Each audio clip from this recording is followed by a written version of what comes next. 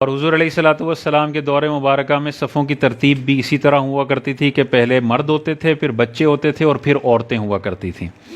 لیکن حضور علیہ الصلوۃ والسلام کا ہی یہ عمل مبارک ہے، اور علماء نے اپنی کتابوں میں لکھا ہے کہ اگر ایک ہی بچہ ہے تو مردوں کی صف کے درمیان کھڑا رہ سکتا ہے۔ تو ایک بچہ ہے تو مردوں کی صف کے درمیان ہے، بہت زیادہ بچے ہیں تو ان کی صف پیچھے الگ سے بننی چاہیے۔ لیکن اگر آج کل کے دور میں آپ کو کوئی سیکیورٹی کا خطرہ لگتا ہے کہ آپ چوتھی صف میں جمعے میں اپنے بچے کو لے کر آئے ہیں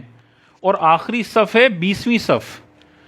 تو اب بچے کو 21ویں صف میں بھیجنا یہ بچے کے ساتھ ایک خطرہ ہے، چوری اغوا ہو جاتے ہیں بچے۔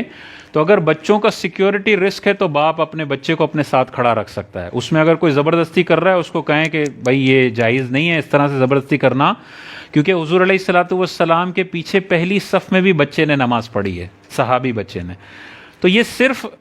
بہتر ہے کہ آدمی ہوں پھر بچے ہوں، لیکن کوئی سیکیورٹی تھریٹ ہے تو آپ اپنے ساتھ کھڑا کریں، اس میں کوئی حرج نہیں ہے۔ اور اگر بچے نے نیت باندھ لی ہے، اب یہ جہالت بہت ساری مسجدوں میں ہوتی ہے، بعض اوقات بڑے بڑے ہوتے ہیں نا جن کو 30 سال ہو گئے نماز پڑھتے ہوئے،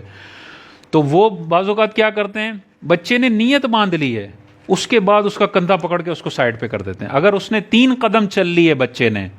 اس کی نماز ٹوٹ گئی، تو وہ نماز ٹوٹنے کا گناہ ان حضرت کے نامہ اعمال میں لکھا جائے گا کہ بھائی یہ بچہ اگر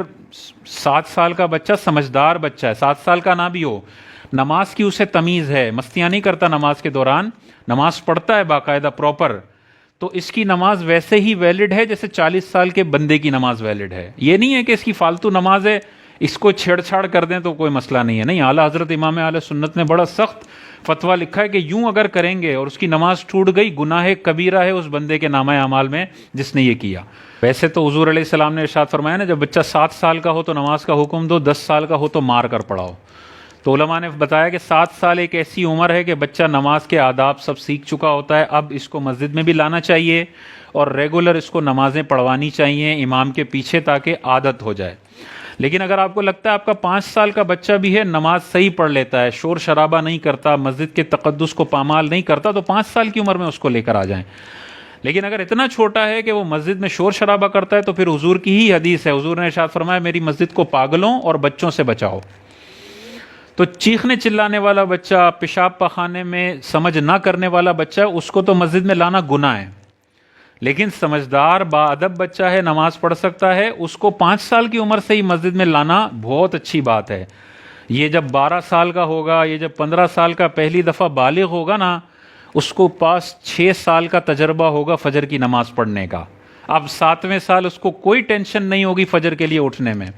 ہمارے بچے بے نمازی اسی لیے ہیں کہ جب حضور نے فرمایا تھا کہ 7 سال میں اس کو حکم دو، حالانکہ فرض ہونی ہے 15 سال میں، 12 سال میں، 14 سال میں، لڑکا بالغ ہوتا ہے 12 سے 15 سال میں، لڑکی بالغ ہوتی ہے 9 سے 15 سال۔ تو حضور نے کیا فرمایا، فرض ہونی ہے 7 سال کے بعد، لیکن آج سے بچے کو پریکٹس کرواؤ تاکہ 16ویں سال میں اس کو فجر میں اٹھنا بالکل حلوہ محسوس ہو۔ ہم نہیں اٹھاتے تو بعض اوقات پھر 20 سال تک فجر کی نماز قضا ہو رہی ہے، کیونکہ شروع میں پریکٹس نہیں ہے، اور فجر میں اتنا اٹھنا مشکل لگتا ہے جیسے کوئی تباہی آ گئی ہو۔ لیکن فجر میں اگر فلائٹ کا ٹائم ہو تو آنکھ 4 گھنٹے پہلے کھل جاتی ہے، ساری تیاریاں ہو جاتی ہیں، یعنی فلائٹ سے بھی کم اہمیت ہم نے اپنی فجر کی نماز کو دی ہوئی ہے۔ تو یہ ماحول بڑا غلط ہے۔